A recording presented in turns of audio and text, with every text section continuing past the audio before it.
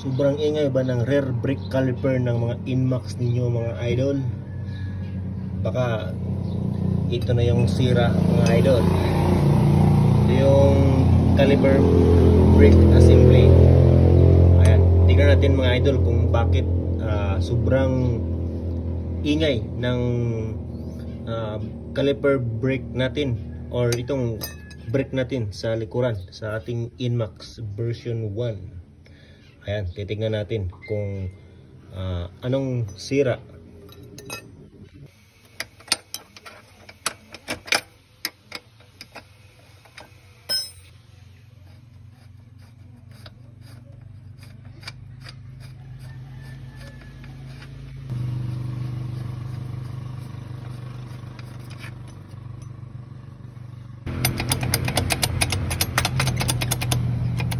Kahit aalogin ko lang siya mga idol, ayan, naalog siya.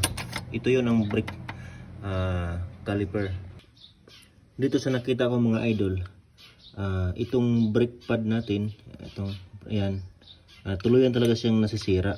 Ayan, dahil sa itong caliper bracket natin, caliper bracket, wala na siyang ano dito, yung walang stopper. Ayan, wala na siyang stopper. Katulad sa bago nito, ito, may stopper siya. Ito pala yung dahilan kung bakit yan. Parang lumalagpas na siya, lumalabas siya dito. Ayan, lumalabas siya. Kaya sobrang alog niya. Ayan. Hanggang sa yung parang, ano niya, natanggal na talaga, tuloy natanggal. Ayan. Kaya sobrang alog at sobrang ingay ng brake natin. Ito lang yung problema talaga mga idol, yan. Yung parang may bakal na maliit dyan. Ayan. Ito wala na sa luma natin. Ito yung bago. Ayan, meron. Kaya parang pag tumatakbo, parang may lata na nakasabit sa likuran. Sobrang ingay. Ayan. Wala rin kasing mabibili na ganito lang mga idol. Ito, wala kasing mabibili.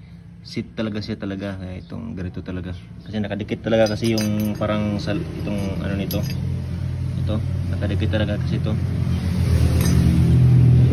Pwede naman siya gagawa ng paraan pero dapat ganun din ang magagawa na parehong pareho. Ito ang sira lang talaga nito is yung ito lang talaga yung sira nito.